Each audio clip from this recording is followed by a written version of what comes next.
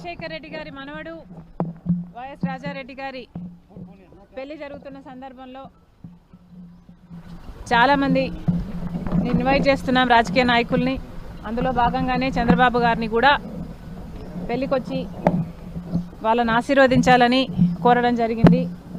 చాలాసేపు రాజశేఖర్ రెడ్డి గారి గురించి, వాళ్ళ ఫ్రెండ్షిప్ గురించి, వాళ్ళ రాజకీయ ఇనిషియల్ ప్రస్థానంలో జరిగిన విషయాల గురించి అన్నీ గుర్తు చేసుకున్నారు, మాకు గుర్తు చేశారు. చాలాసేపు మాట్లాడాం, చాలా సంతోషం అనిపించింది. వచ్చి ఆశీర్వదిస్తామని మాటిచ్చారు.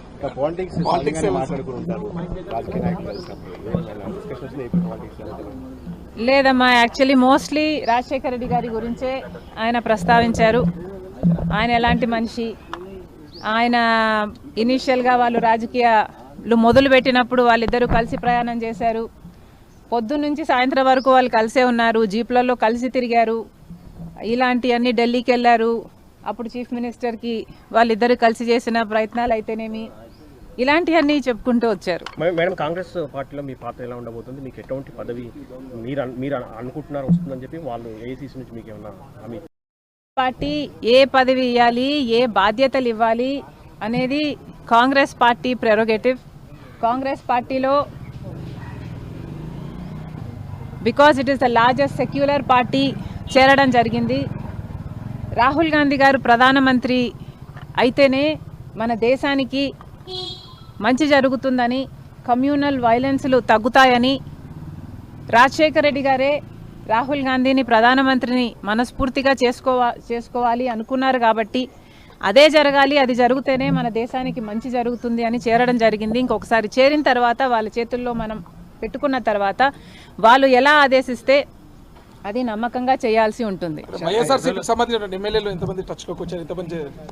ఈ అన్ని రాజకీయాలు ఎట్లా డెవలప్ అవుతాయి, నాకు ఏ బాధ్యతలు ఇస్తారు అన్న దాని మీద డిపెండ్ అయి ఉంటుంది. So we should all wait and see, all in due time. Chandrababu గారిని చూడడాన్ని ఏ విధంగా కలవడం ఏ విధంగా చూడొచ్చు అంటే, మామూలుగానే ఒక ఫ్రెండ్లీ ఎన్వైరన్మెంట్లో అందరం చూస్తే బాగుంటుంది. నేను లోకేష్ గారు ఒక ట్వీట్ నాకు రిప్లై చేశారు. ఆ సందర్భాన్ని కూడా రాజకీయంగా చూడకండి. చంద్రబాబు గారికి ఒక క్రిస్మస్ కేక్ మాత్రమే పంపడం జరిగింది. ఒక కేకే కదండి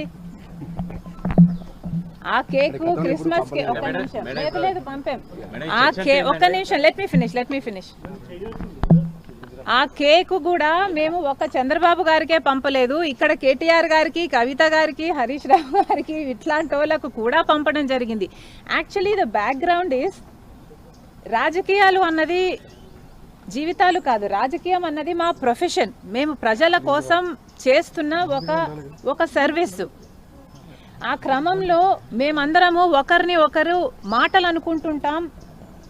మేము రాజకీయ ప్రత్యర్థులం కాబట్టి అనుకోవాల్సి వస్తుంది, అనాల్సి వస్తుంది. అలాంటి బిటర్నెస్ని ఓవర్కమ్ చేయడానికి పర్సనల్ లెవెల్లో కూడా ఒక పండగ వస్తేనో, ఏదైనా పెళ్ళి వస్తేనో వాళ్ళకు ఒక కేక్ పంపిస్తే ఆన్ అ ఫ్రెండ్లీ నోట్, పర్సనల్గా బిటర్నెస్ ఉండకూడదు, అందరం ఫ్రెండ్లీగా ప్రజల కోసం పని చేయాలి అన్నది కాన్సెప్ట్.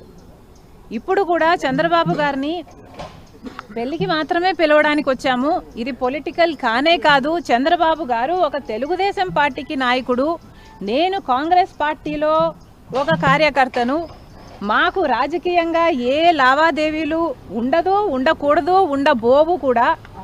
రాజశేఖర్ రెడ్డి గారు కూడా తన సొంత పిల్లల పెళ్లిళ్ళకు కూడా చంద్రబాబు గారిని ఇన్వైట్ చేయడం జరిగింది. చంద్రబాబు గారు కూడా రావటం జరిగింది, మమ్మల్ని ఆశీర్వదించడం జరిగింది.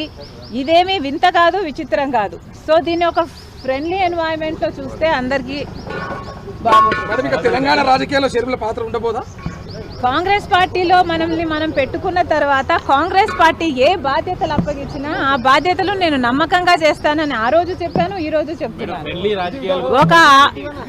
మేడం మీరు ఫ్రెండ్లీ రాజకీయాలు కోరుతున్నారు, ఇప్పుడు అంతా ఫ్రెండ్లీ రాజకీయం ఉంది మేడం. ఒకవైపు మీ సోదరుడితో ఎలా ఉన్నాయి పరిస్థితులు అని చూస్తే రాజకీయాలు అలా ఉండకూడదు అంటున్నారు. I'm not condoning anything. ఇలా ఉన్నాయి రాజకీయాలు అని నేను మీకు చెప్పనవసరం లేదు, మీ అందరూ కూడా చూస్తున్నారు. కానీ ఫ్రెండ్లీగా ఉండాలి. మనం అందరము కూడా ప్రజల కోసం ఉన్నాం.